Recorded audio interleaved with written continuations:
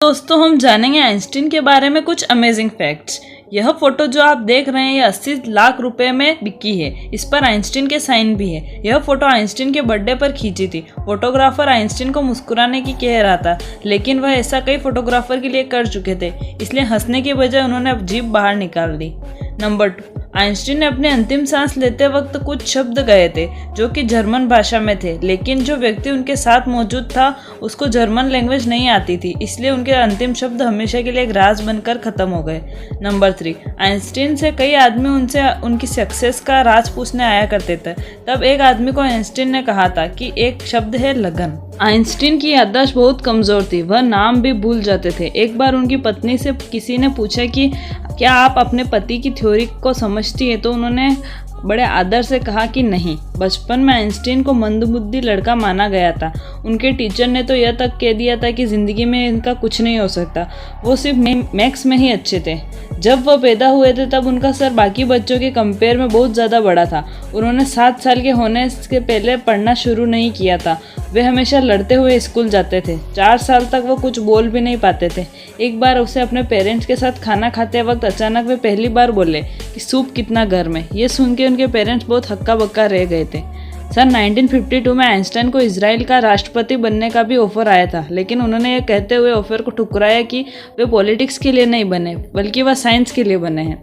Einstein ने परमाणु बम नहीं बनाया, लेकिन उनके दिए हुए सूत्रों से ही परमाणु बनाया गया। लेकिन बाद में उनको बहुत अफसोस हुआ कि उनके सूत्रों से पूरी मानवता खत्म हो सकती है। आइंस्टाइन पूरे 10 घंटे की नींद लिया करते थे, जिससे वो पूरे फोकस से काम कर सके। आइंस्टीन चाहते थे कि वो और भी जी सकते थे। अपने आखिरी समय में वह जब बीमार हुए तो डॉक्टर्स ने उनका ऑपरेशन करना चाहा, तो आइंस्टीन ने इसके लिए मना कर दिया और कहा, अब जिंदगी को मशीन के सहारे चलाना बेकार है और अपनी जिंदगी जी चुके हैं, अब आर्टिफिशियल जीने में कोई मजा नहीं है। इसके साथ ही दोस्तों बचपन से ही आइंस्टीन को किताबी ज्ञान में कोई रुचि नहीं थी। अल्बर्ट आइंस्टीन का मानना था कि जिस इंसान ने आप तक कोई गलती नहीं की, उस इंसान ने आज तक कुछ भी नया करने की ट्राई भी नहीं किया।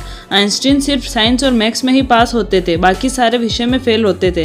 आइंस्टाइन के मरने के बाद थॉमस ने उनका दिमाग रिसर्च के लिए निकाला था और वहां से भाग गए, लेकिन परमिशन नहीं मिलने के कारण उन्होंने आइंस्टीन का ब्रेन एक जार में प्रिजर्व करके रख दिया। बाद में आइंस्टाइन के बेटे की परमिशन के बाद डॉक्टर हार्वे ने रिसर्च करना शुरू किया।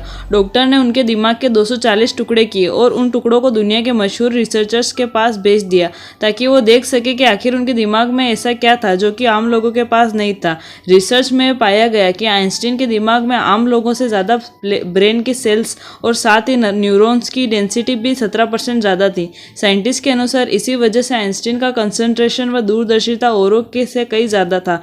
मशहूर साइंटिस्ट अल्बर्ट आइंस्टीन का दिमाग आज भी अमेरिका के एक म्यूजियम में प्रिजर्व है और उनकी ये बात कि जिस इंसान ने आज तक कोई गलती नहीं की, उस इंसान ने आज तक कुछ भी नया करने का ट्राई भी नहीं किया, यह बात अमर हो चुकी है। दोस्तों ऐसे ही अमेजिंग वीडियोस के लिए चैनल को सब्सक्राइब करना